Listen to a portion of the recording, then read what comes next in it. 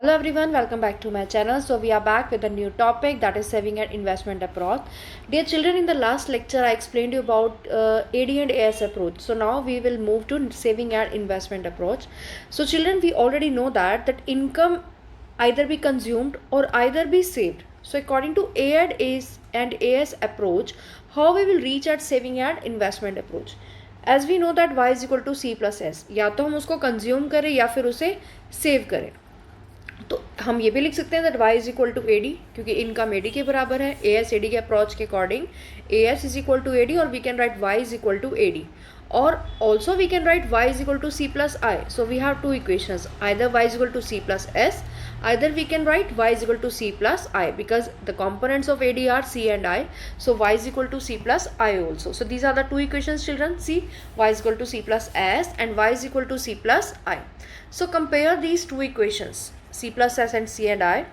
So it will be like this, c plus s is equal to c plus I. तो ये c से c cancel हो गया, तो हमारे पास क्या बचा, S इज इक्वल टू आई. यानी ASAD अप्रोच के बेसिस पे हम S एंड I अप्रोच को निकाल रहे हैं, और डिफाइन भी उसके अकॉर्डिंग ही करेंगे.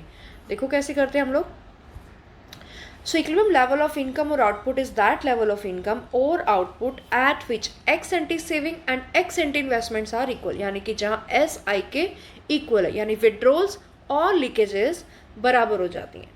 सो let's start with the adjustment mechanism. अब एडजस्टमेंट मैकेनिज्म देखते हैं इनका बेटा, जो हमने पीछे ASAD में भी किया था. जब ASAD से ग्रेटर हो या ASAD से लेस हो तो हम क्या करते हैं, same as S and I approach के लिए भी कुछ एडजस्टमेंट्स हैं जो कि इंपॉर्टेंट है, which can be asked for 3 marks from you. So the first adjustment is when S is greater than I. जब S I से ग्रेटर हो, यानी सेविंग इन्वेस्टमेंट से ग्रेटर है. देखो मैंने यहाँ क्या लिखा है बॉक्स में, compare it with AS and AD. इसको कंपेयर करो कि AS AD से ग्रेटर है.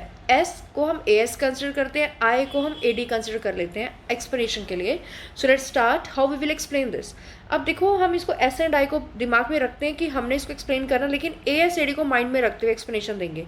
पहले ASAD को रिकॉल करो, वही एक्सप्लेनेशन हम इसमें भी देंगे. जुड़े बी कनेक्टेड चिल्ड्रन. एक भी स्टेप मिस हो गया तो समझ में नहीं आएगा.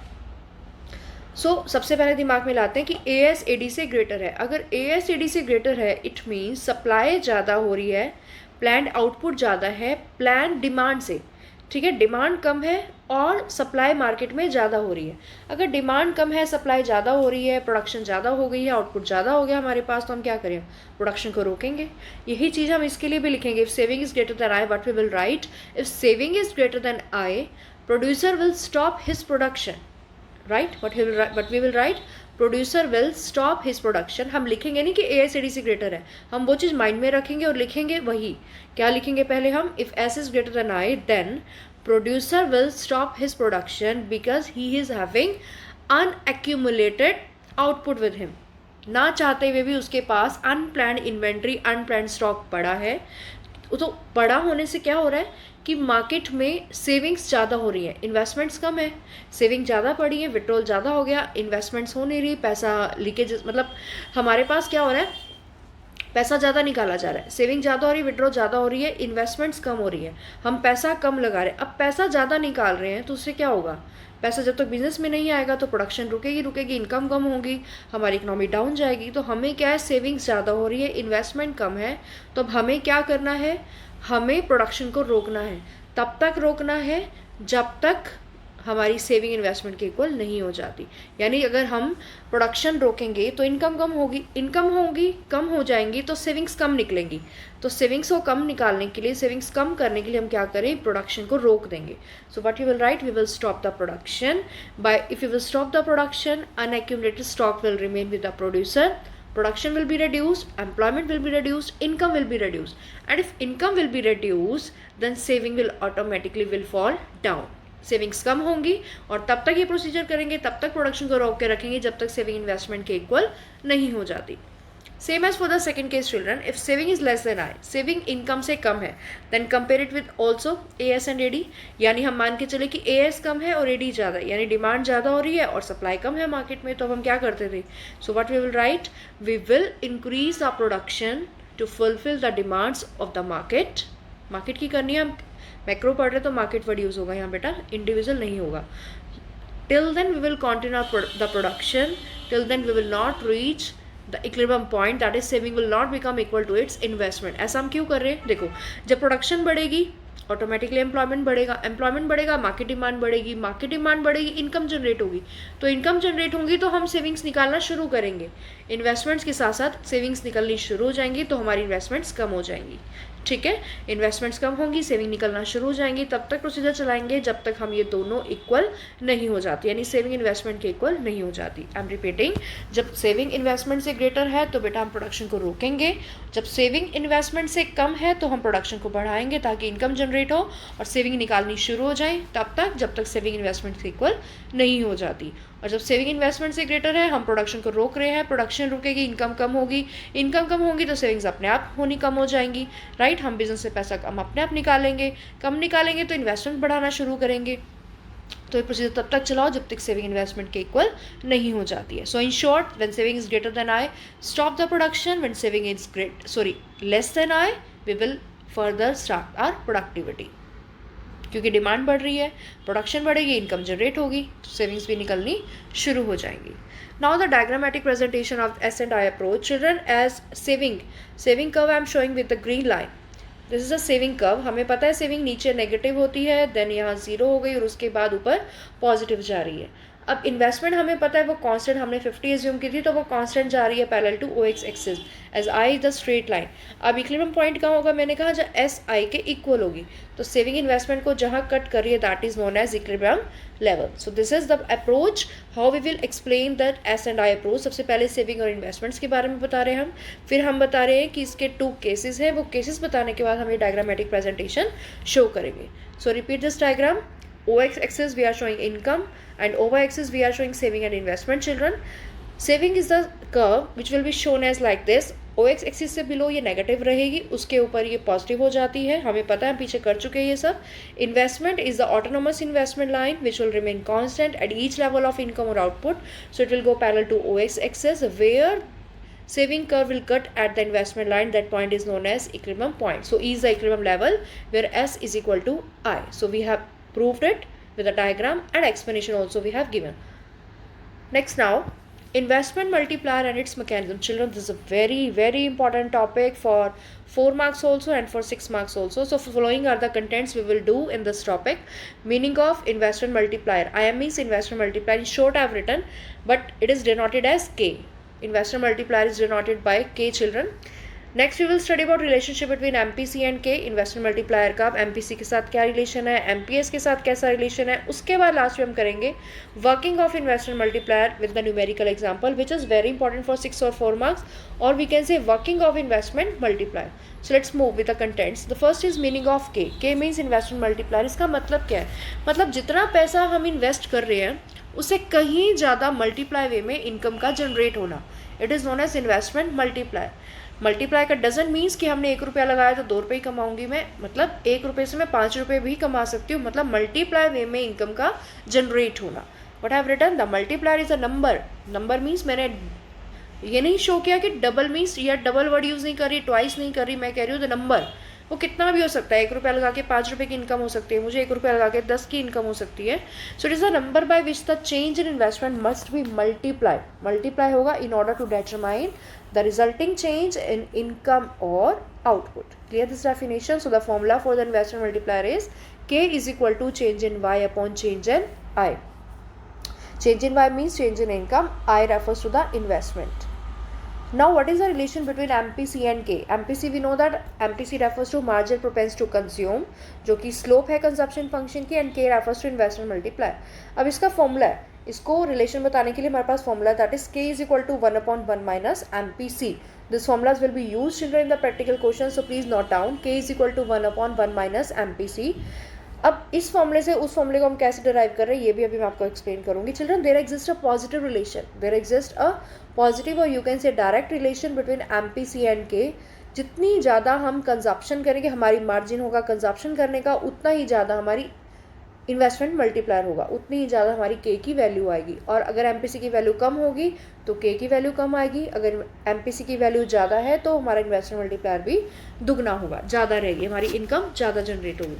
So see, suppose MPC is 0.6, K is equal to 2.5. Formula is 1/1 minus MPC. देखो MPC 0.6 है तो K हमारी 2.5 आ रही है. सेम हमारी MPC अगर मार्जिनल प्रोपेंसिटी टू कंज्यूम हमने बढ़ा दी, 0.8 रखी है, सेविंग कम कर रहे हैं, कंजप्शन ज़्यादा कर रहे हैं, तो हमारी K की वैल्यू कितनी आ रही है? 5. यानी मल्टीप्लाई वे में इनकम जनरेट करके देंगे हम लोग मार्केट को. So that is equal to 5. यानी 0.6 2.5, 0.8 के साथ 5 है तो बढ़ रही है. देखो MPC राइज हुई तो हमारी K की वैल्यू भी राइज हो रही है. So it shows positive relation between MPC and K. So what kind of relation exist between MPC and K? The answer will be for the 1 mark children.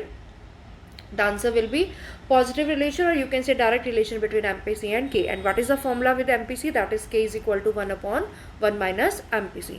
Now the relation between MPS and K. MPS का K के साथ कैसा relation है? As we know that MPC plus MPS is equal to 1. So the another formula is here 1/1 minus 1/MPS. 1/MPS. K is equal to 1/1 minus MPC हम use कर रहे थे तो 1 minus MPC की जगह हम MPS यूज़ कर सकते हैं children. So the another formula is 1/MPS. And what kind of relation exists between MPS and K? Negative relation, or we can say inverse relation. कैसा? Negative or inverse relation exists. 1 mark question. What kind of relation exists? Negative, or we can say inverse relation. ठीक है, कैसा relation exist कर रहा है 1 mark के लिए. अब सपोज MPS हमारी 0.2 है तो देखो K की वैल्यू 5 है. जब MPC हमने 0.5 पुट के उसको बढ़ा के देखा तो हमारी K की वैल्यू कम आ रही है. So what it shows? Negative relation, और we can say inverse relation exist. So that is the relation between MPS and K. जितनी ज़्यादा कंजप्शन करेंगे उतनी ज़्यादा K की वैल्यू आएगी, जितनी कम सेविंग रहेगी उतनी ही ज़्यादा हमारी K की वैल्यू रहेगी. यानी MPC का K के साथ पॉजिटिव रिलेशन, MPS का K के साथ negative relation. Important question. Now the next is derivation of K. K का डेरिवेशन करके दिखाते हैं हम लोग कि हम K की वैल्यू, यानी हमने K का फर्स्ट फॉर्मूला हमारा लाइक 1/1 माइनस MPC, तो MPC की हेल्प से हम इन्वेस्टमेंट मल्टीप्लाई का नेक्स्ट फॉर्मूला कैसे डराइव कर रहे हैं. See children, we know that y is equal to C plus I, और MPC की फॉर्मूला है change in C upon change in Y. तो अगर K का फॉर्मूला हम यूज़ करें 1/1 माइनस MPC, तो हम इस तरीके से भी लिख सकते हैं 1/1 minus change in C upon change in Y. As we know this is the formula. 1 minus MPC की जगह मैं change in C upon change in Y put कर देती हूँ. तो न्यूमरेटर डिनोमिनेटर को अगर हम सॉल्व करते हैं तो हमारे पास कुछ इस तरीके से सॉल्यूशन हो जाती है, change in Y minus change in C upon change in Y. अब इसे मैं लिख सकती हूँ change in Y minus change in C को चेंज इन I के इक्वल, क्योंकि Y अगर C प्लस I के इक्वल है तो it means change in Y change in C plus change in I के इक्वल है. So we can write change in I is equal to change in Y minus change in C. तो change in Y minus change in C is equal to change in I. तो change in I upon change in Y, ऊपर 1 था हमारे पास, तो अब इसको solve करते हैं तो हमारे पास क्या आ जाता है बेटा? Change in Y upon change in I. यानी फर्स्ट फॉर्मूले, इस फॉर्मूले से हम इस अनदर फॉर्मूले को डराइव कर रहे हैं. From this formula we are deriving this another formula. So these two formulas will be used in the practical questions. Keep it in your mind. Next now, why does a change in investment cause a multiplier change in income? कि investment में change आने से income में multiply change क्यों आता है? It depends upon marginal propensity to consume. किसके ऊपर डिपेंड करता है? On the MPC.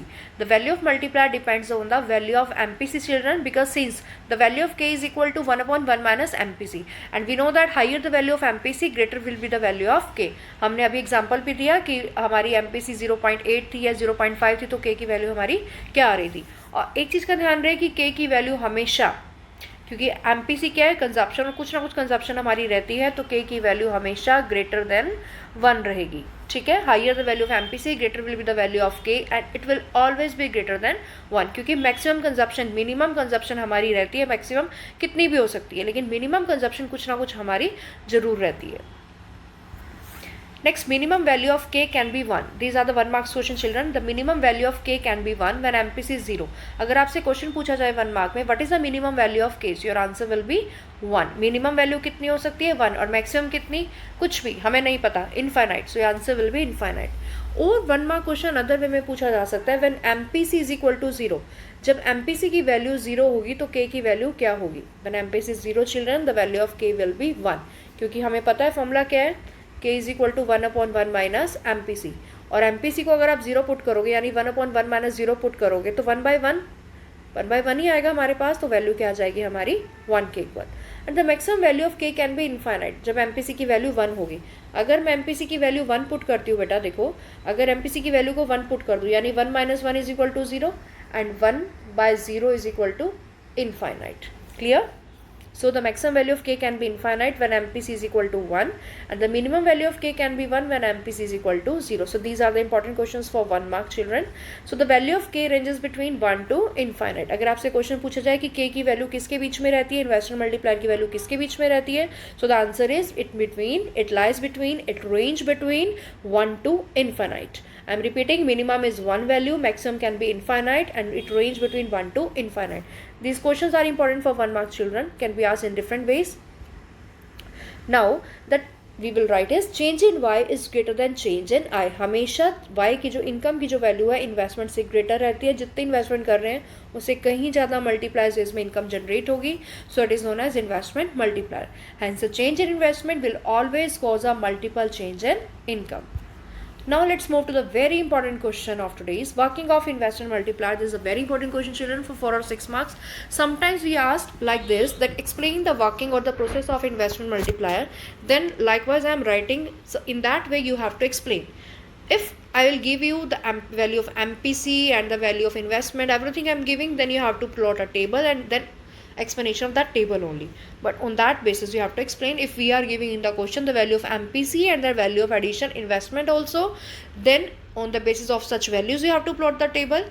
Likewise, for example, I'm giving to you, if we are not giving anything to you, we are just asking explain the working of investment multiplier or the process of investment multiplier, in that way you have to explain. See what I'm writing in the first. Suppose in an imaginary country, हमने कोई imaginary country ले ली जिसने एक project उठाया हुआ है, कुछ भी एग्जाम्पल प्रोजेक्ट उठाया हुआ है, लाइक हमारी कंट्री ने बुल ट्रेन बनाने का एक प्रोजेक्ट उठा लिया, किसी अदर कंट्री से प्रोजेक्ट लिया जा रहा है, उनसे बनवाई जा रही है.